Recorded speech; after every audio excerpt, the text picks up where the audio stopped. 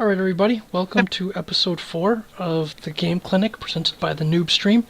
The Game Clinic is a show, I've been making episodes of it, where I work with another player, we'll go over their games and look at their hero, talk about their mindset and how the hero works, and try to help everybody improve and learn. So today's episode is going to feature the Warlock, with my buddy Lee here, who's contributed in the past and will be doing more episodes with us. He's an awesome support player who just started learning the game but has a great growth mindset. Go check out episode 3 if you want to see more on that. Welcome, Lee. Hey. Alright, so we'll press play in 3, 2, 1. It's a Prepare to battle. choice of air. This one is in the bag. Alright, so in this game you're going to be playing the Warlock. You already mentioned that you like to play support and you usually buy courier and wards. That's a huge boon in value to your team already. And you usually play what you say is the 5 position. So according to the positional scale, that means that you're usually last priority for getting farm and stuff, and you're going to be running around with usually the bare minimum of items while trying to support your teammates. Today you're going to be playing the Warlock, who is a hero. 30 seconds to Let's just say there are a lot of philosophical conundrums about how to play him. You see him sometimes go mid as a solo. You'll see him farm a lot sometimes because his spells do get a bit more powerful, mainly his ultimate, the Chaotic Offering with items. But at the same time, he's a very versatile hero. He can be played kind of as an aggressive lane support or a defensive support like a babysitter. But his strength is really that he's great in lane and he's awesome in team fights. Oh boy! This is gonna be fun! So, what are your thoughts as this game gets underway on the Warlock? So one thing I think a mistake I already made was I should have put the ward in lane because they had the Mirana. Mirana's going to be off lane, and I'd rather have the ward in lane to see if she's arrowing in the fog or whatever. And especially since we have a tri lane that might be more aggressive, I like to put the ward in lane if we're going to be more aggressive in the tri lane. Okay, so this is something that we talk about in some of the other episodes of the common ward spots. You know, they're like on the eyes and stuff, or here. But lane ward is also an important, valuable resource. It allows you to see not just where they are, but also if anybody's TPing in to the tower, if people are coming to help. As I think your expectations were a bit upset there as you saw the Wraith King, and the Mirana was behind him. So, a couple things you mentioned. You did have a certain expectation for what was going to happen in the lane, so you thought it was going to be Mirana. This is just something that I'm sure you'll learn about, but if your expectation changes or if a curveball is thrown at you, you need to try to adjust to it, as you know, as soon as possible. So I think if you see the Wraith King there, you know that he's probably not by himself because they're not sending the Wraith King to the off lane, and that might be your cue that there's either help behind him, that they're either running a tri lane, or, as you mentioned, the Mirana might be there trying to follow up. So it's kind of a calculated risk to try to harass him there early, but I probably would have backed up there just to make sure that, just to let them show their hand first to avoid a situation like that. Yeah, I think I played the laning stage wrong in this particular game, and I think I possibly should have been the one doing the polls because I saw I think the Lion single polls a bunch of times and it was a little frustrating. Catch us if So you can. yeah, Yeah, that's one of those things that's like hard to really communicate because you can't really like teach the guy on the fly necessarily, right? How to stack or how to pull through or whatever. So sometimes you got to do it yourself. I'm just gonna point out a quick overview of the Warlock skills. So one of his strongest laning skills is his W. It is it's a dot that can be cast to heal an ally or damage an enemy. It does a pretty solid amount of damage, and it doesn't cost that much either. It's pretty mana efficient for the amount of damage that it does. The skill that you chose to go with first here is Fatal Bonds, and what that does is wherever you cast on, it within 600, about 600, 575 range of that, it'll tether enemies, and they will share damage to each other, 25% of their damage. And it'll increase the damage that they all take if they're all bonded, of course, due kind of to that sharing thing. So, can you talk about how you chose to skill your hero this game? yeah. So far, me learning Warlock, when I first learned him, I used to max his slow because I thought it was OP. and if you have I feel like if you have the right partner, going early, maxing out the slow upheaval is really like you can get kills easily early on. I think more recently I've been trying out the what do you call it, the Fatal Bonds build, and I think you might want to correct me if I'm wrong, but I feel like there's two camps. Basically, those obviously you're going to put some in your heal. I think most people actually put their first point in their heal in Shadow Word, and then like they kind of work towards their heal and their slow, or their heal and their Fatal Bond. And so I think I don't know what I was doing in this particular game. I don't think I played this right. So Okay, I don't. and I mean that's perfectly fine. That's why we're here doing the clinic, right? If you were playing the game perfectly, that would reduce the amount that we could learn from it or talk about. So I think the Fatal Bonds, which I don't think you've used it yet, actually. It really depends on who your lane partner is and what you're laning against. It's actually a decent harassment skill if you have somebody, let's say, who you plan to harass out of the lane, but you can't necessarily kill. Radiant's middle tower Like I think in this is game, under attack. you have you mentioned you do have upheaval, 2 points in upheaval, and the slow rate for upheaval just gets better, and it goes to like a slow cap of 84%, I believe. So in this game, you didn't get a point in Shadow Word in your first 3 levels, and I'm not sure if that would be the best decision, because you have a lane hero with you, the sniper, who doesn't actually have a ton of early kill or damage potential. So you might find upheaval situationally useful to save him if they go on him. If he gets out of position and say he gets stunned or arrowed, as that one just barely whizzed by his head there. But for the most part, in terms of being able to kill them with the slow, I mean, the sniper just doesn't deal enough damage to deal with this dual lane, and then you have the Mirana who can leap out of it. So in this case, and you see their first Fatal Bonds, which I'm sure you'll learn to use better, because you could wait till they're close to the creep so you can bond more creeps to them instead of just that one range creep. I would say that you might want to emphasize bonds and Shadow Word a bit more, because the bonds obviously really helps you harass, and the Shadow Word is just guaranteed damage on them that they have to respect. And a lot of this lane phase for you, it seems that like you either haven't been in position to use your spells, or they haven't given you an opening. So what that has led to, as you can see here, they're going on your line again, is that you're standing around with a lot of unused mana. So that the skill choice that you used kind of is not being utilized, because I haven't even seen you use an upheaval yet. And I'm sure you're aware of that, given how you've shown your understanding of the game and stuff. I think this case, maybe having a mic would be good to just communicate with the lion that you should be maybe aggressive early on. And here's a really good upheaval right as we were talking about that. Yeah, and we mentioned in the past, your preference for these pub games is usually just to stick to pings and stuff to communicate, and that, saves you like a lot of headaches and a lot of like dealing with toxicity that you don't have to deal with, as they kind of overstayed their welcome in lane and you punish them with a nice upheaval. But yeah, that can also be tough the other way, because a lot of times your allies don't know that they've been muted, and it just takes them a while to figure it out, or it gets really frustrating. Radiant's top tower is under attack. So it looks like you went for that extra point in Fatal Bonds. As I Dire's mentioned, bottom tower is the heal under hasn't attack. been particularly, Shadow Word hasn't been particularly missed, because if Radiant's they do top go tower on is someone, under attack. although it could be useful there to save someone's life, like maybe the lions or something, if they do go on someone, they have enough burst that your heal might not be able to save them, but it just gives you a consistent presence to cast on them and to harass them, or it allows you to have another hero in your lane play more aggressively because you can heal them. Whereas the Fatal Bond is also good almost all the time in like a support situation as harassment, but the upheaval is pretty situational. And like with them having 2 stuns in lane, you can't always even guarantee that you'll get much out of your upheaval, because they can just stun you.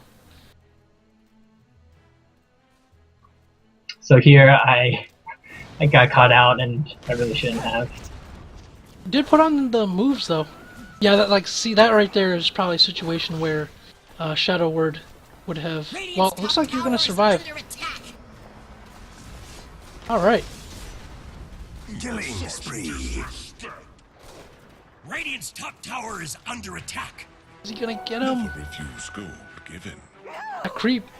Alright, so... I kinda like what you did there. When you saw them Radiant's coming top around the tower is bend, under attack. you could have run immediately into the open lane and they would be able to see you and cast their spells on you, and that actually might have made the difference there between life and death, that you chose instead to hide in a little nook and deny them vision. Radiant's top And this is a tower common is theme that under we're always going to be attack. talking about in these episodes, which is vision and responding to what your enemies can see. And you did a great job there of utilizing a kind of a mini juke spot. They found you eventually, but it slowed them down, it delayed them, it made them hesitate and think about what they were doing.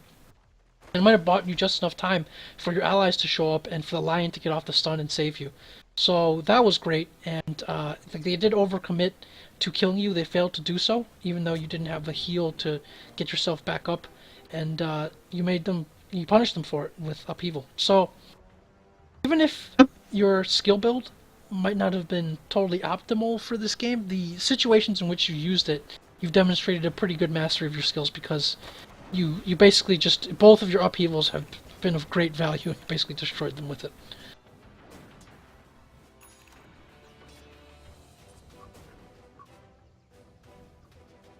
And there's the pole that you were mentioning about, the pull through. It looks like it's gonna work here, although there aren't that many creeps. You can eat that tree there on the Radiant, and then pull the aggro from the camp up here and bring that down to your creeps, so that basically allows you to farm an extra camp. And then, of course, being super efficient as a support, you're also stacking a camp. These big camps are stackable basically at around 53 or 54 seconds. You attack them and walk away, and you'll get a second instance of them. So a super efficient maneuver there from you. One thing support should always be looking to do, if they're not doing anything else, if there's no fires that need to be put out, if there's nobody that's being threatened, or a fight you need to get to, is just stack, because stacking just creates more farm that otherwise wouldn't have been there on the map if the camps weren't cleared. And the name of the game is being efficient and helping your team do so. So some pretty good support habits from you there, Lee. So things like right here, I put the ward right at that cliff. I'm not sure if that's the best placement. Things like that. I'm always because I think one thing that I need to learn is I almost always get wards when they expire, when they're in stock, and then I always try to place them pretty quickly. And I feel like I don't really spend enough time thinking about where's the best place. I just put them, immediately down rune spot, or do we need vision in mid? And so. Okay, so that's a great point there. That's more of an advanced way to think about the game, not just putting them on the eye spots. I would say that ward, it does provide some of the functions as a lane ward. You can see when they're coming. Well, you can see if they're TP to the front of the tower. But for that ward, I probably would have placed it on higher ground, or maybe on their side, or maybe at your agents, because I think the main danger for that ward to spot out is if Mirana is arrowing from across the river. So that ward does allow you to see a bit from the right side, but it doesn't give you any coverage from the high ground on the left side, and of course the upper rune area. So it does fill a function as a lane ward, although you can't see the TP behind it, so if you're pushing their tower, you're not going to be able to really see anything if you would place that in a more aggressive location. But at the same time, when you place the ward, this is something that doesn't always come back to hurt you, but be conscious of what the enemy vision is when you're planting the ward. Because if they see you, then obviously it's just begging for them to deward you. And actually, if you're in a position where it's very dangerous for you to ward, or you're going to a dangerous spot, you could just expend a smoke to plant the ward, especially if your team isn't using them, so that they don't know, they don't have any inkling basically of where you're planting it. And yeah, there is no, I think that sentry was there before, right, to spot the bounty hunter? Because it's not in vision of yours, yeah. So if I placed it, yeah, because I will typically also place it right on top of our hill, right at mid. So it would have been dewarded if I did that. Mm-hmm. I think that would be better ward earlier in the game, when you're still worried about the possibility of the Mirana coming to arrow your mid, because you basically covered all the approach angles from the off lane with that ward. But at this point in the game, there are probably better spots. And yeah, your next one is up on that hill by the Ancients. And I like that ward a lot better at this point. There's a lot of stuff going on mid. It picked up the Mirana coming from top when she could have tried to send an arrow from the fog. So, yeah.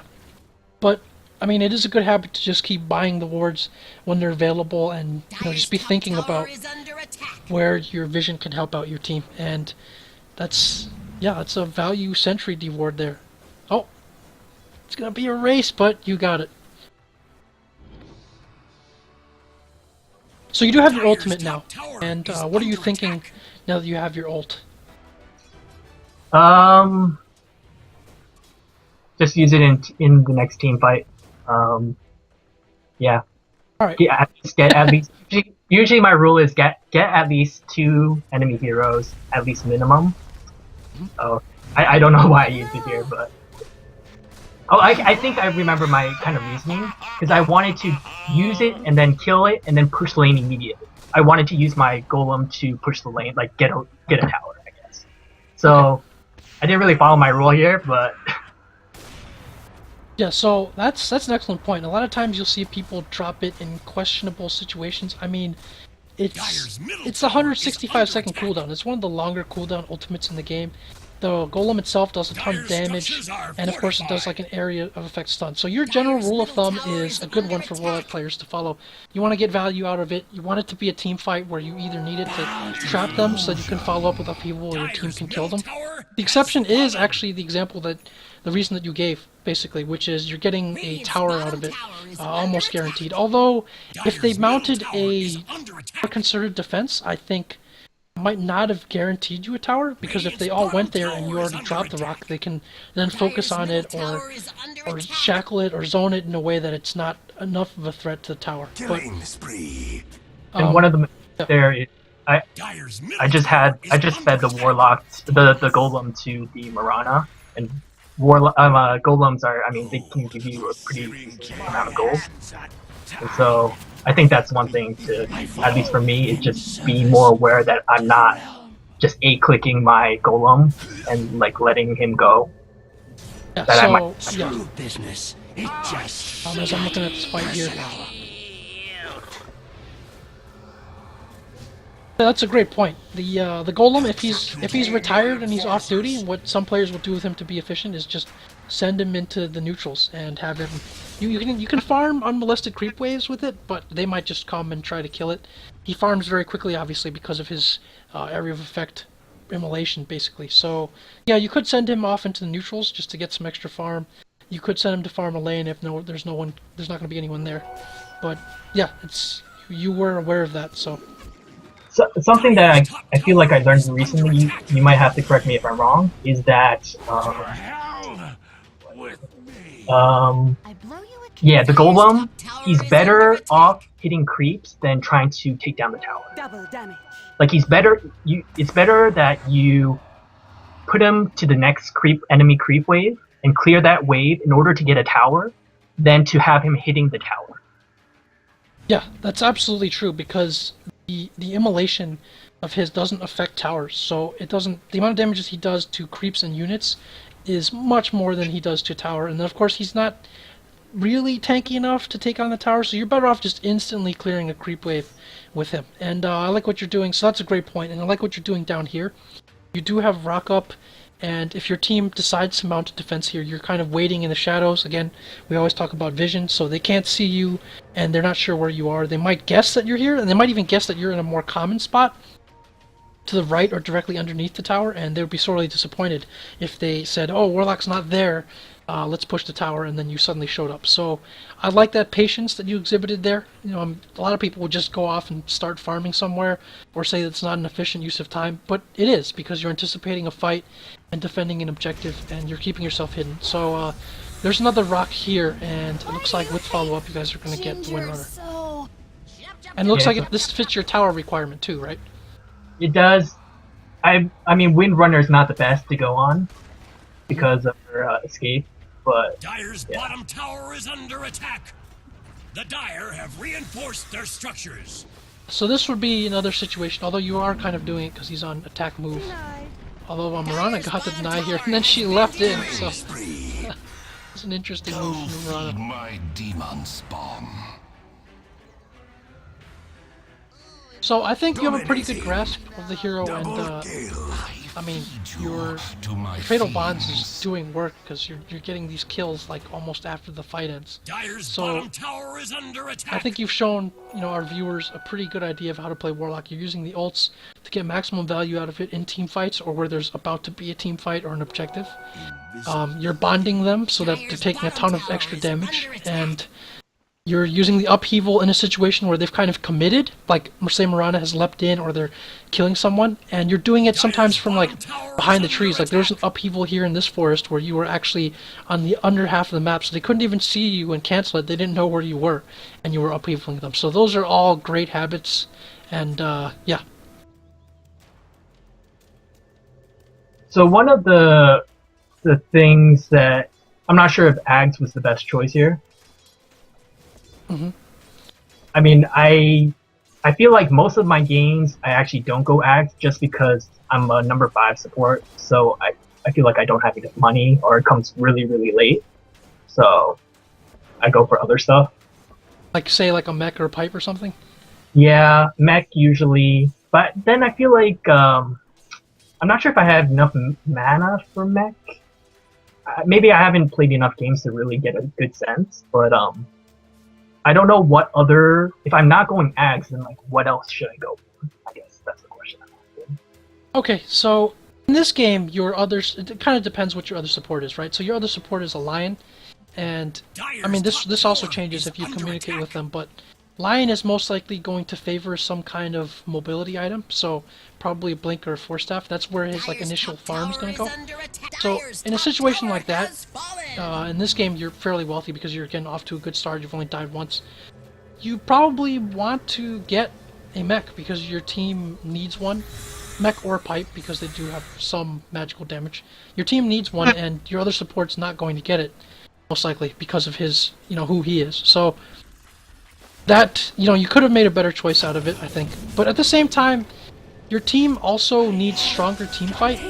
Your Timbersaw is pretty good at that, but Bounty Hunter's not great in team fights, and Sniper is not going to have like a good amount of damage till later in the game. So getting that second rock is pretty important. It's pretty valuable. In some games, people will get a purge to get rid of your rock. So if that's the case, you make either an extra person have to get a purge, or you expend those charges that much quicker with your Aghanims. And, I would say that Aghanim is not a bad choice in this game. It does give you more stats to use all your spells multiple times if need be. And also, you're really close to it because of your streak. So it also depends on how your gold progression is going. I mean, you guys are getting a decent amount of towers. You're not dying, so your gold isn't going down. You're able to keep up with your support needs and still afford an Aghanims, like, I want to say, under 25 minutes. So I think you made the good choice in this game in going for the Ags. So one thing I noticed that I don't do that I feel like good players do is like when they're building this Ags, they get that what do you call it? The pink orb. Point booster? Yeah, they make sure to get that first. So like just building up to the item that you want, they know which item to get, sub-item to get, you know what I mean? Yeah, and looking at the point booster, it gives you 200 health and 150 mana. So it gives you more health than the Ogre Club, which gives you 190, and I believe it gives you more int than the Staff of Wizardry. Let me take a look at that. So it's just a huge value item. It only costs a little bit more than either of those, and it gives you both. So that's why it's a great pickup to get that point booster first. It also happens to be the most expensive component, and also in terms of convenience, it's like if you grab it and you just put it in your stash, like in your inventory, the other stuff you can like immediately stash when you buy. Whereas like you don't want to be missing opportunities in like fights or whatever because you're going to the secret shop or managing the courier going to the secret shop and you have to worry about it carrying your point booster. You can just have that occupy one of your slots, especially when you're playing a support that your items are going to be like TP, dusts, wards, and stuff. You want that to be the most efficient item occupying your last slot, and it just makes it easier to get the rest of the axe. So yeah, I think that's a pretty good suggestion to go for. And then if you have extra spots, you can carry the items that make more of a difference. Like, obviously the last one you want to buy in this case is going to be the agility one, because you're going to want the HP or the mana pool. Just for that, I'm So here I think we went for smoke ganks, but we didn't find them in their jungle, and then they just our smoke ran out while we were in their jungle, and they found us. What lies beyond? Yeah. This also might be a situation of Radiant's bottom communication. tower I is under think attack. your team. I just don't think your team is good at smoke pickoffs. Like you are about managing team fights. You're not really about ganking people. The bounty hunter can kind of do some of that on his own, or at least like track them. The lion doesn't have his mobility item yet, so his tempo in terms of getting the jump on people, especially like escapee heroes, is a little bit less too. And I mean, the timber is able to do that because he can just fight anywhere, anytime. So I think if you could communicate there, or perhaps even not partake in the festivities, that might be better because your team just isn't that great at ganking.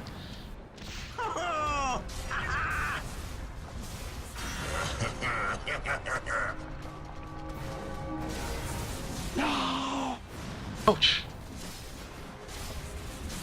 I'll be right back. Wait, what? Dominating.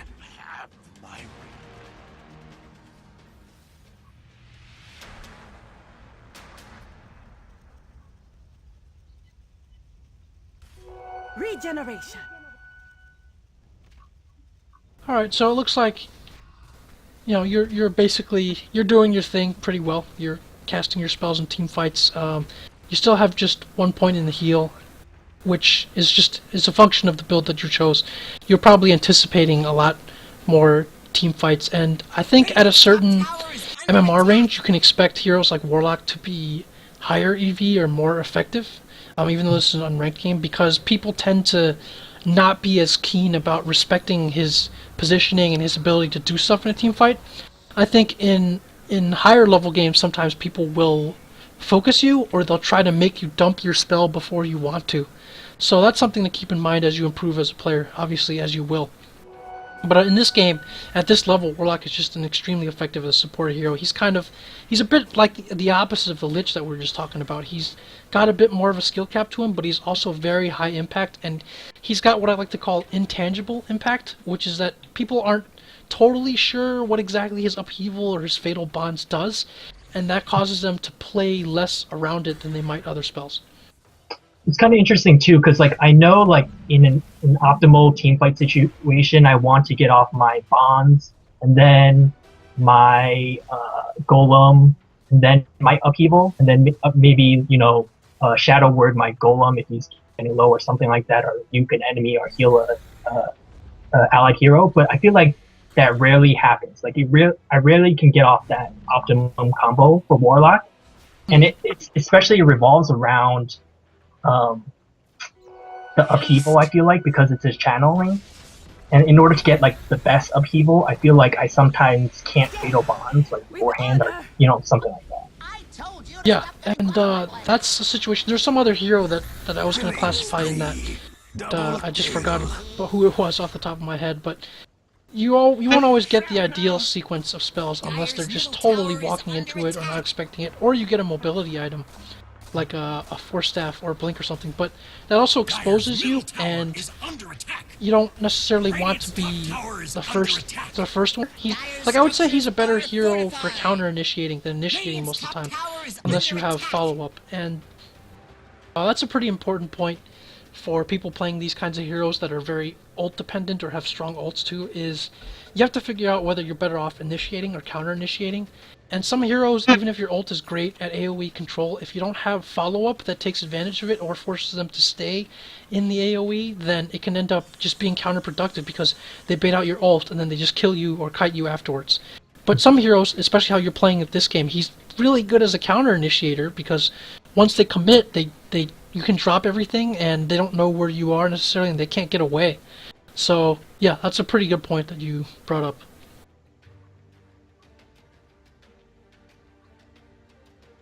One thing about Shadow Word that I also kind of learned is that it's better to use it as a heal than nuking the enemy. Like it gives more heal than it does damage in the enemy. Yeah, because, well, yeah, part of that is, of course, the damage is subject to reductions. So, yeah, that's definitely aspect of it, it's true. And some Warlocks you'll see played as more hardcore babysitters. So just toss a heal on you or enable especially aggressive heroes like say like a Weaver or something. You know, he's a hero that can play pretty aggressively in lane, and if he keeps getting heals, that early squishiness is countered, and they can just stay on you with the heal and the fatal bonds, and you're probably gonna die. So yeah, that's a great point that you mentioned there. And just one small efficiency thing here is probably just you have a ton of mana and you know you aren't totally topped off. You might as well just cast a spell on yourself. Obviously, be casting spells as much as possible, but without compromising your ability to contribute if a team fight does break out, which it looks like it might. If you know, well, it doesn't look like they're planning to defend this tower. Dire's top tower has fallen. Mega kill. Well, that was toasty. Yeah, this was just not a good engagement spot.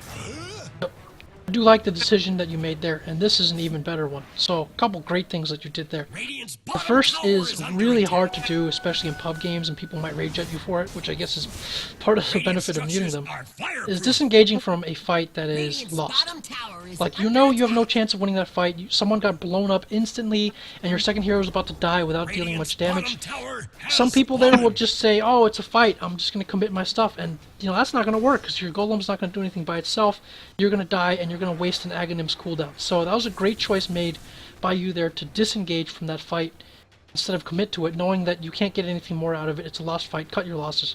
The second thing that you did that was great is Radiant's top tower basically is attribute under to attack.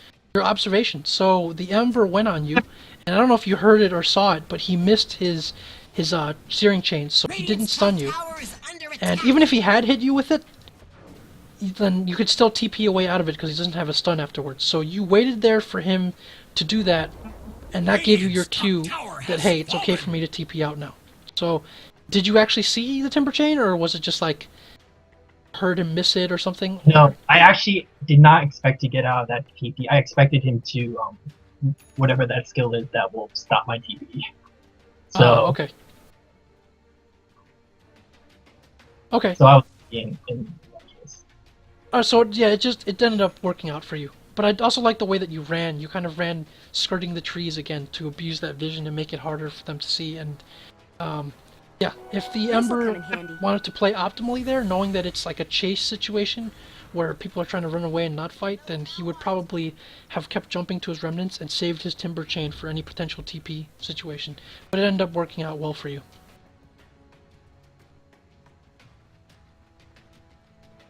So at this point in the game, do you have a feeling that they have aggressive wards, or what are you thinking about the vision situation or Roshan? Is that what you guys are smoking here to do, contest Rosh? I think so. I didn't buy the smoke, and I didn't really do any type of leading in this game. But I do believe we have a feeling that I think someone spotted that they. Unstoppable. Yeah, I think someone spotted that they went into. Okay. This Ember is just doing an absurd amount of damage. Yeah, I mean this fight looked decent in the very beginning, but I think we might have killed the Wraith King first. And I know that that's not a good thing in team fights necessarily. If you can avoid, you know, saving killing the Wraith King for last, that'd be great. But yeah. So it did look pretty promising when it started because your rocks kind of zoned them, and it basically stunned all of them and forced them back, and then the Wraith King was isolated by himself. But you guys didn't have the damage to take him down in time, and actually the Mjolnir helped contribute to killing your rocks. So when you talk about item choice in this game, did mention that I thought Aghanim's was a good choice. Looking back a bit more, you might have wanted to, although this is expensive gold-wise, you might have wanted to add a disable or something, because your team doesn't have a whole lot of disable. It's pretty much dependent on the line and your ult. And when you're talking about heroes like Ember and Windrunner who can just deal multiple rounds of damage if they're not disabled and killed, that's a problem. But then a Sheepstick, again, is a very tall order for you to farm as a 5-position Warlock, so it's hard to ask any more of you than that, item-wise.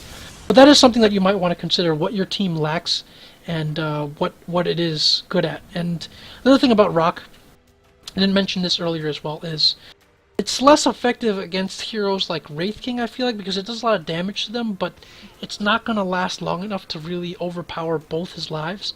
And he's just going to be right-clicking them and using them to leech life half the time, so... Prize is mine. Yeah. So what are you going for next? Are you going to attempt to make a refresher? I believe so. Yeah. Okay, so, I mean, I almost feel like if you get an Aghanims on the Warlock, then you want the refresher, or like you're almost guaranteed to get it just because it has like double the effectiveness. Shadows. So I can't really say much about that decision. Like I think you're kind of almost forced into it.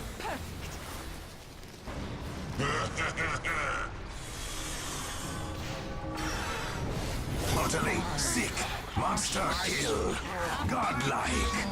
Yeah, so Killing spree. I didn't cast my upheaval in the best place there, so I lost this one. And they also have, like every single hero on their team has a way of canceling it.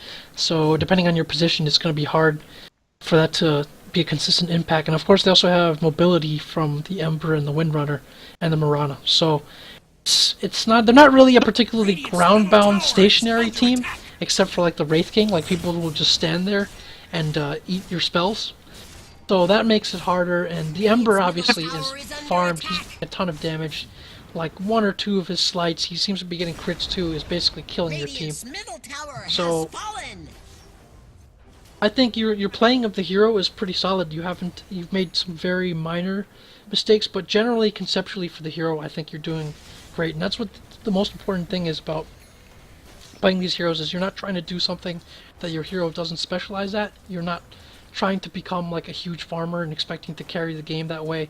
You're not using these horrible rocks to just to like pick off one person by himself, or panic rocking in a situation where you're about to die. You're not just dropping it to try to save yourself out of desperation, which I see sometimes with Ravages and stuff. It's just like you're holding your spells for when they can have the maximum utility. And I think, you know, you're playing Warlock the right way. So that's great. So I think we're probably going to wrap this episode up soon. This game looks like, it looks like their heroes are pretty well equipped to deal with yours, and things are getting a little out of control. You guys didn't really get that much out of track, I would say, to snowball you or give you a significant item advantage. Are there any other comments or anything else you want to share about this game? I don't think so. Yeah. Alright, so again, Lee, thank you, and this has been the Warlock episode of Game Clinic. We'll be doing one with Jakiro up next. So thanks again, Lee, and we'll be back shortly. These embers